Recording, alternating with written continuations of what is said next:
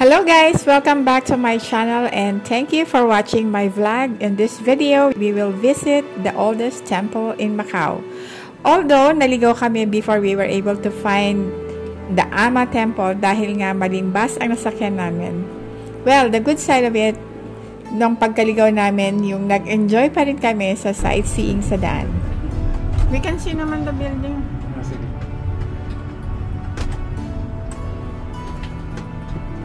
Hindi namin alam kung saan na kami papunta, pero mabuti na lang at may mga kababayan na nakasakay din sa bus, and one of them, she approached us kasi nga hindi kami magkaintindihan ng bus driver dahil hindi siya marunong mag-English.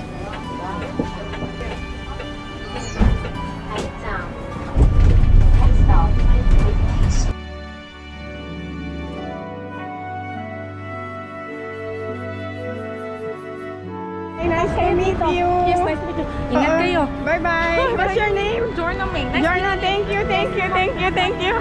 Yeah. Bilis. That's Jorna May. She helped us find the right bus that we need to take. Big shout out to our kababayan, Jorna May, who helped us. And she even walked with us up to the bus station. Ganito pala dito sa Macau, ang napansin ko wala silang mga single detached na mga bahay. Walang subdivision, walang barangay na katulad sa atin sa Pilipinas. Dito, puro sa apartment lang sila nakatira na nasa mataas na building. Finally, nahanap na namin yung Ama Temple. My goodness, it's nearby the hotel where we stay. It's in the same row of the hotel where we stay. We even drove on another area, but it's only here. So we're going to see this temple. I believe this is the biggest temple here in Macau. They have different temples here, but this one is the biggest temple in Macau. Join us guys, and let's see what we can see here inside. Pagpasok mo dito sa Ama Temple, etong mga umuusok na candlestick ang bubungad sa'yo. At yung usok talagang napakadami kasi kahit saang lugar, marami silang tirikan ng mga candlesticks. Dito yung mga kandila kung saan sila nagsisindi ng mga candlesticks na inaalay sa temple. Dahil sa dami ng mga candle incense na umuusok habang umiikot kami sa temple, talaga namang nakakahilam sa mata dahil nga sa tapang ng amoy. Ito naman yung tinatawag nila na wish card. Maaari mong mabili ang pulang wish card na ito sa isang tindahan na nasa loob din. It's either name nila or mga wishes ata ang mga nakasulat sa red card. Sorry at hindi ko maintindihan kasi nga it's written in Chinese. At may mga kahoy dito kung saan nila pwedeng isabit itong mga red cards. Well, this is the store where you can buy the red thing that you can hang in there. Dumako muna tayo dito sa bandang kanan ng temple at dito meron din silang mga maliliit na cart or yung mga stand na merong buhangin kung saan ay maaari kang mag-alay ng mga candlesticks.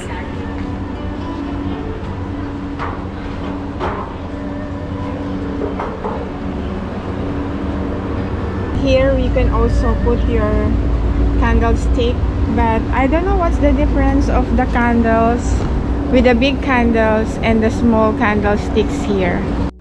Ito yung bandang likod na ng temple at pinasok din natin. Dito naman ay meron silang mga coil incense na para siyang katol. Anyway, yung na-research ko sa Google, ang incense daw ay isang aromatic biotic materials that releases fragrant smokes when burned. Ang incense ay ginagamit bilang estetiko sa mga religious worship, aromatherapy, meditation o kaya naman mga seremonya. At maaari din daw itong gawing deodorant or insect repellent.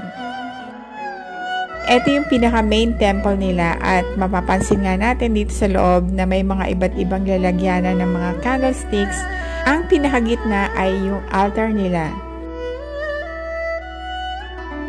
Dito sa loob ay meron ding apoy na sindihan ng mga candlesticks at mapapansin din natin na bago nila itusok sa buhangin yung candlesticks, nag-o-offer muna sila ng mga prayers or yung dasal.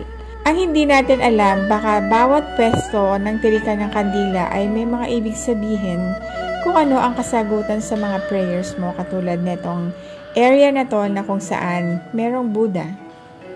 At kung sa Catholic naman, kung merong iba't ibang saints, kung saan ay may kasagutan sa particular na panalangin, siguro dito nga sa kanila, may mga kanya-kanya ding pwesto. At dito sa area na to, maaari kang makabili ng mga candlesticks na may iba't ibang haba at sukat. Well, maybe they're using this during New Year, something like that, fireworks.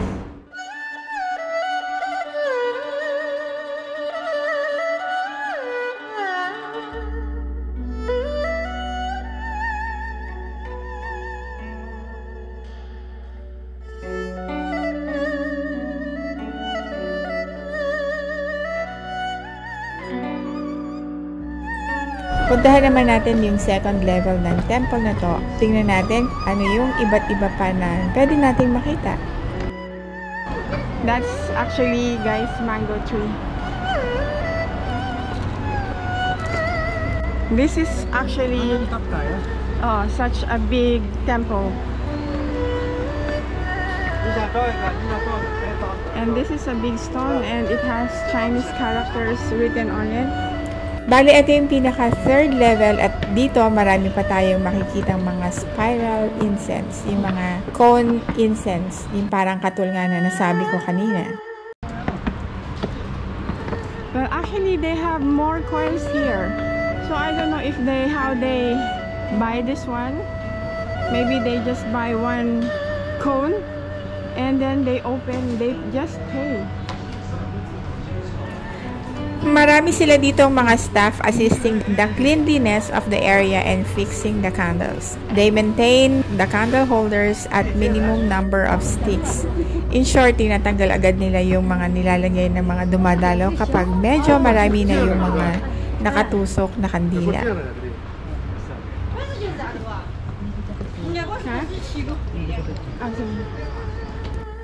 Dito naman sa area na to, ito yung pinakamataas na bahagi ng temple at dito ay mas maraming spiral coil kang makikita. In Hong Kong, we also went to a temple. They also have this kind of coils, but I believe this is the biggest temple that I've ever seen. It is really huge with lots of coils. At sa bandang dulo ay meron ulit na isa pang temple.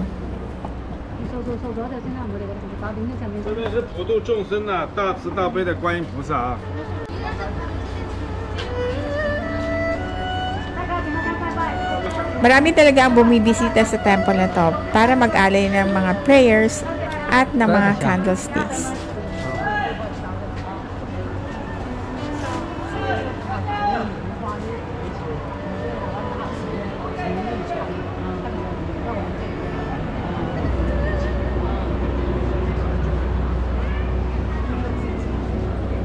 At dito naman may mga naghuhulog din ng mga barya. Parang wishing well.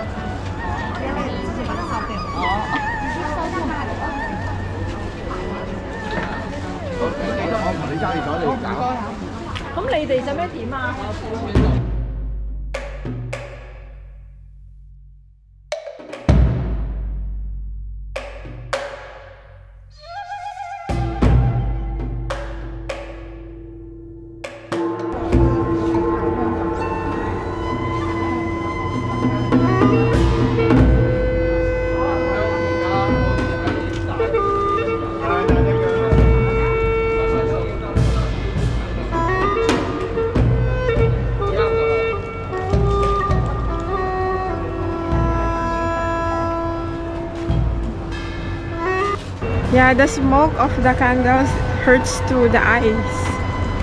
It hurts. It makes me tears. Yeah. You want to get close? That's it. So that's all for now, guys. Yeah. Are you crying? Yeah. Yeah, you want to cry. Sabi mo, you want to cry. Okay, guys. That's all for now. This is a short tour here in Ama, here at Ama Temple. Yeah, in Taipa.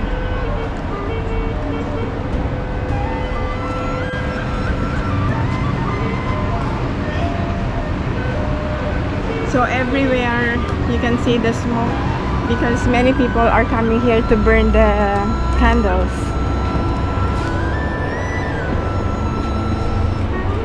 Okay guys, that's all for now. If you enjoyed this vlog, please don't forget to like, share, and subscribe. Tomorrow is our last day in Macau. We're going back to Manila.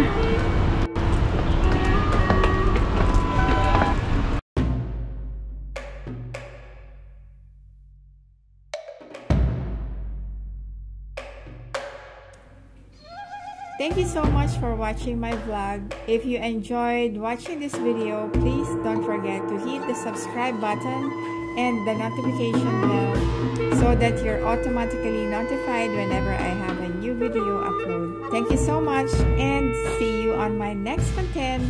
Always choose to be happy and be a better person every day. Bye and God bless.